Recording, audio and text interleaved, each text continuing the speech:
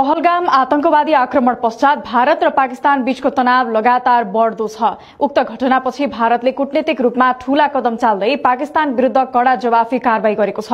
लगतै पाकिस्तानले पनि जवाफी प्रतिबन्धको कारबाही गरेको छ। भारतले सिन्धु जल सन्धि निलम्बन गरेको छ भने पाकिस्तानी नागरिकहरूको भिजा रद्द गर्नुका साथै कूटनैतिक उपस्थिति घटाउने निर्णय पनि गरेको छ। भारतको यो कदमले झस्किएको पाकिस्तानले पनि जवाफी निर्णयहरू लिएको छ, जसमा शिमला सम्झौता निलम्बन गर्नु, भारतसँगको व्यापारमा रोक लगाउनु र भारतीय एयरलाइन्सहरूका लागि पाकिस्तानी आकाश मार्ग बन्द गर्नु परेका छन्।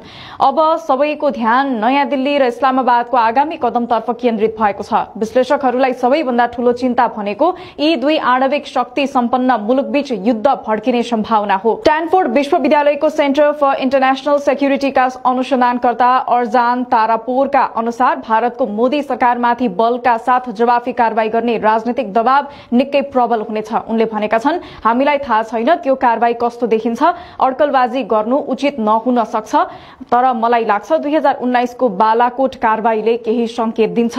2019 मा जम्मू कश्मीरको पुलवामा हमलापछि भारतले पाकिस्तानमाथि हवाई आक्रमण गरेर जवाफ दिएको थियो। भारतीय लडाकु विमानहरूले पाकिस्तानी हवाई क्षेत्रमा प्रवेश गरी बालाकोटमा रहेको आतंकवादी प्रशिक्षण शिविरमा बम खसालेका थिए। यो घटना सन् 1971 को भारत पाकिस्तान युद्धपछि पहिलो पटक भारतीय विमानहरूले यसरी सीमा पार गरेको थियो। तारापोरका अनुसार सबैभन्दा महत्वपूर्ण प्रश्न भनेको के यसपटक भारतले आतंकवादी समूहहरू विरुद्ध थप ठोस र अर्थपूर्ण कारबाही गर्नेछ भन्ने हो, जसमा उनीहरूको नेतृत्व वा मुख्यालयलाई निशाना बनाउने कुरा पर्छ। उनले थप भनेका छन्, भारतको सैन्य क्षमतामा 2019 यताका वर्षहरूमा उल्लेखनीय वृद्धि भएको छ, त्यसैले भारत ठूला लक्ष्यप्रति उत्साहित हुन सक्छ। अर्कोतर्फ पाकिस्तान भने राजनीतिक अस्थिरता र आर्थिक संकटबाट ग्रस्त छ, उसले चीनको भर पर्नुपर्नेछ। भारत पाकिस्तान बीच सम्भावित सैन्य संघर्षको सन्दर्भमा मैसाचुसेट्स स्थित टफ्ट्स विश्वविद्यालयका प्राध्यापक हुमायूले भनेका छन्, यदि भारत सरकारले सैन्य कारबाही गर्यो भने पाकिस्तानले पनि त्यसको जवाफ दिने पक्का छ। उनले भनेका छन्, रणनीतिक संयमता वा तेस्रो पक्षको हस्तक्षेपको अभावमा आगामी दिनहरूमा दुई मुलुकबीच सैन्य संघर्षको सम्भावना अस्वीकार गर्न सकिँदैन।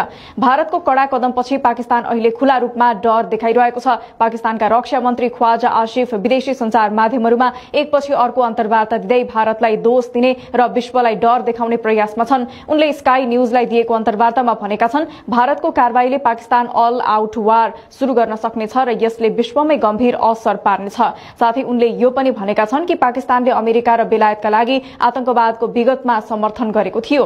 आसिफले स्काई न्यूजमा भनेका छन्, भारत र पाकिस्तान दुई आणविक शक्तिशाली देश हुन्, त्यसैले अन्तर्राष्ट्रिय समुदाय चिन्तित हुनुपर्छ। साथै उनले वार्तामा फर्किन आग्रह गरेका छन्। उनको बयान स्पष्ट रूपमा देखिन्छ कि पाकिस्तान अहिले भारतसँग उत्पन्न तनावमा अन्तर्राष्ट्रिय मध्यस्थता खोज्दैछ। पाकिस्तान विदेशी मिडिया मार्फत युद्धको असर देखाएर अन्तर्राष्ट्रिय ध्यान तान्न चाहिरहेको छ। यसबीच भारतले पहलगाम हमलाको बदला लिन पीओके पाक अक्युपाइड कश्मीर क्षेत्रमा चीन पाकिस्तान आर्थिक करिडोर लक्षित गर्न सक्ने चर्चा भइरहेकाले पाकिस्तान थप आतंकित भएको छ। भारतको कुनै पनि रणनीतिक चालले पाकिस्तानको रातको निद्रा हराउन सक्ने आकलन गरिएको छ। स्काई न्यूजसँगको अन्तर्वार्तामा ख्वाजा आसिफले भारतको आरोपलाई अस्वीकार गर्दै यो घटनालाई फल्स फ्ल्याग अपरेशन भनेर दावी गरेका छन्। उनले पाकिस्तानको सेना कुनै पनि परिस्थितिको सामना गर्न तयार रहेको बताउँदै चेतावनी दिएका छन् कि भारतले कुनै पनि आक्रमण गर्यो भने त्यसको कड़ा जवाफ दिइनेछ।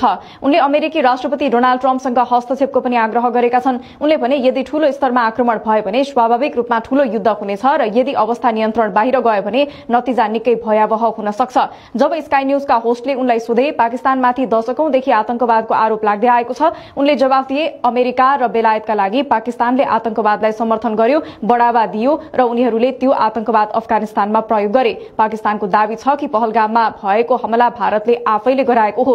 पाकिस्तानी मिडियाले पनि लगातार 26 जना पर्यटकको हत्या भएको घटनालाई फल्स फ्ल्याग अपरेशन भन्दै प्रसारण गरिरहेका छन्। तर अमेरिका, फ्रान्स, बेलायत, रूस र इजरायलले खुला रूपमा भारतको समर्थन गरेका छन्। चीनले पनि हमलाको निन्दा गरेको छ र जुन अरब राष्ट्रबाट पाकिस्तानले सबैभन्दा बढी आशा राखेको थियो, उसैले पनि पर्यटकहरूमाथिको हमलालाई आतंकवादी आक्रमण भनेको छ। यो पाकिस्तानका लागि ठूलो कूटनीतिक झट्का हो। पाकिस्तान अहिले अन्तर्राष्ट्रिय आलोचनाबाट डराएको भारतीय पक्षको बुझाइ छ। उसलाई फेरि फाइनान्शियल एक्सन टास्क फोर्सको ब्ल्याकलिस्टमा पर्ने डरले सताइरहेको छ। साथै यदि युद्धको अवस्था आयो भने पनि भारतकै पक्षमा अन्तर्राष्ट्रिय समर्थन रहने भएकाले पाकिस्तानको स्थिति झन जटिल र संकटपूर्ण बन्ने भारतीय पक्षको विश्लेषण छ।